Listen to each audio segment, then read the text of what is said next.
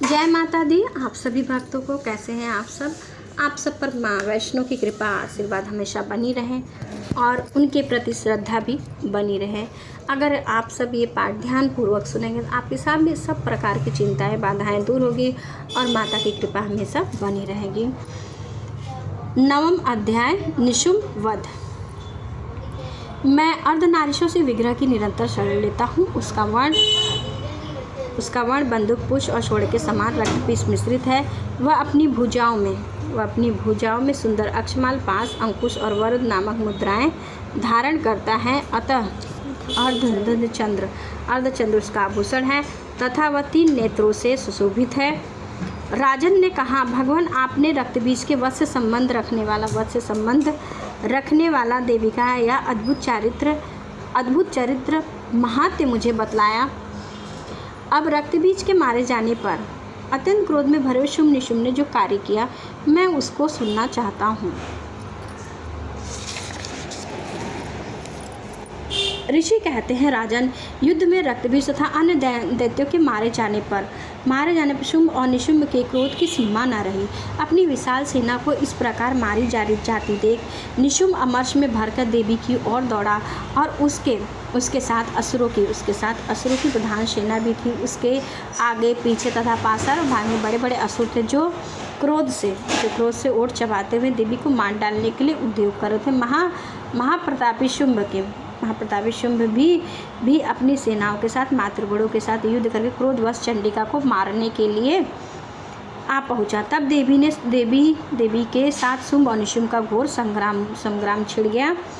वे दोनों भी दैत्य मेघों की भांति बाणों और भयंकर की वृष्टि कर रहे थे। उन दोनों के चलाए हुए बाणों को चंडिका ने अपने बाणों के समूह से तुरंत ही काट डाला और शस्त्रों के समूहों की वर्षा करके उन दोनों दैत्यपतियों के अंगों में भी चोट पहुंचाई।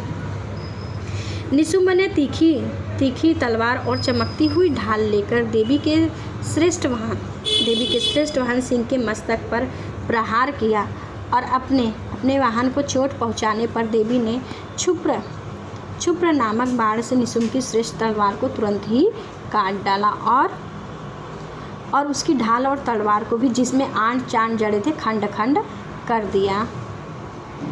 डाला। ढाल और तलवार के कट जाने पर उस असुर ने शक्ति चलाई, किंतु सामने आने पर देवी ने चक्र से उसके भी 2 टुकड़े कर डाले। अब तो निशुम्भ की क्रोध से जल उठा। उस दानव ने देवी को मारने के लिए सूल उठाया, किंतु देवी के समीप आने पर उसे मुक्के से मारकर चूर्ण कर दिया। तब उसने गदा घुमाकर चंडी के ऊपर चलाई, परंतु वह भी देवी के त्रिशूल से कटकर भस्म हो गई। तदंतरम दैत्यराज शुम्भ को फारस हाथ में लेकर आता हुआ देख देवी ने बाण समूह से उसे घायल करके धरती पर सुला दिया।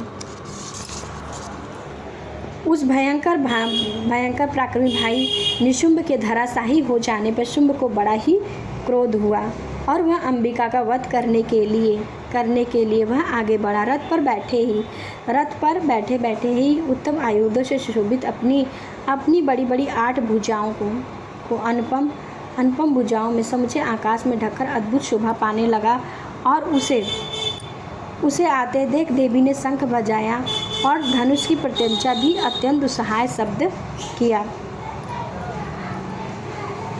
साथ ही अपने घंटे के शब्द से जो समस्त दैत्य सैनिकों के तेज को नष्ट करने वाला था, संपूर्ण दिशाओं को व्याप्त कर दिया। तदंतरम सिंह ने भी अपनी दहाड़ से, जिसे सुनकर बड़े बड़े गजराजों का महान मत दूर हो जाता है, आकाश और पृथ्वी और 10 दिशाओं को गुंजा दिया। फिर काली ने आकाश में उछलकर अपने दोनों हाथों से पृथ्वी पर आघात किया और उससे ऐसा भयंकर शब्द हुआ जिसने पहले वाले शब्द को शांत कर दिया।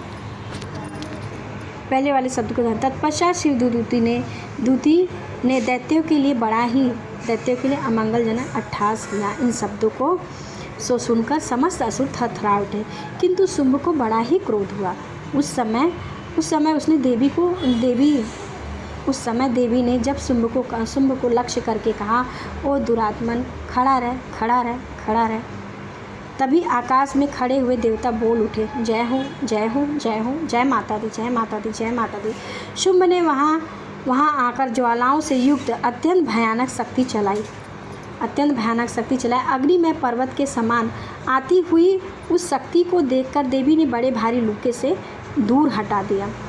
उस समय शुंभ के सिंहनाद से तीनों लोग गूंज उठे। राजन, उसकी प्रतिध्वनि वज्रपात के समान भयानक शब्द हुआ, जिसने अन्य शब्दों को जीत लिया। शुंभ के चलाए हुए बाणों को देवी ने, और देवी के चलाए हुए बाणों को शुंभ ने अपने भयंकर बाणों द्वारा सैकड़ों और हजारों टुकड़े कर डाले।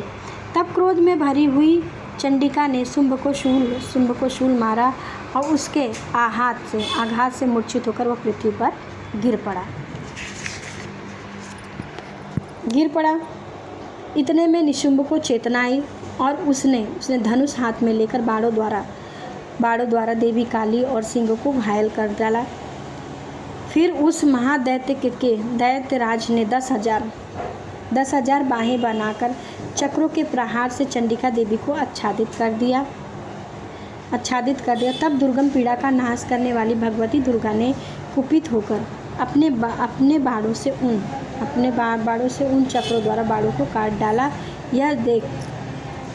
यह देख निशुंभ दैत्य सेना के साथ चंडिका का वध करने के लिए हाथ में गदा लेके बड़े वेग से दौड़ा। उसके आते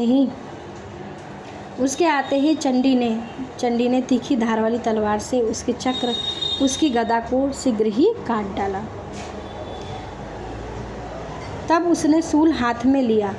देवताओं को पीड़ा देने वाले निशुंभ को शूल हाथ में लेकर आते देख चंडिका ने वेग से चलाए हुए अपने शूल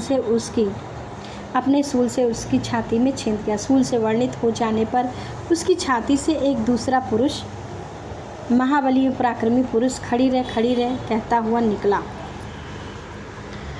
उसके निकलते ही उस पुरुष की बात सुनकर देवी ठहाका मारकर हंस पड़ी। खड़क से उन्होंने उनका मस्तक काट डाला।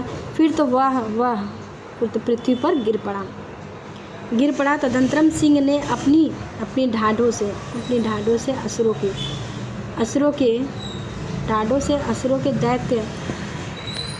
असुरों का गर्दन कुचलकर खाने लगा। यह बड़ा ही भयंकर दृश्य था। उधर काली तथा शिवदूती ने अन्य दैत्यों का भक्षण आरंभ किया। कौमारी ने शक्ति से वर्णित होकर कितने ही महादैत्यों को नष्ट हो गए। ब्रह्माणी के मंत्रपूत जल से निस्तेज होकर कितने ही भाग खड़े हुए। कितने ही दैत्य माहेश्वरी के त्रिशूल से छिन्न भिन्न होकर धराशायी हो गए। वाराही के थुथुन के आघात से कितनों का ही पृथ्वी पर कचूमर निकल गया। वैष्णवी ने भी अपने चक्र से दैत्यों के दानवों के टुकड़े कर डाले। इंद्र के हाथ से छूटे हुए वज्र से कितने ही अपने प्राणों से हाथ धो बैठे। कुछ असुर नष्ट हो गए और कुछ उस महायुद्ध से भाग गए तथा कितने ही काली एवं शिवदूती तथा सिंह के ग्रास बन गए।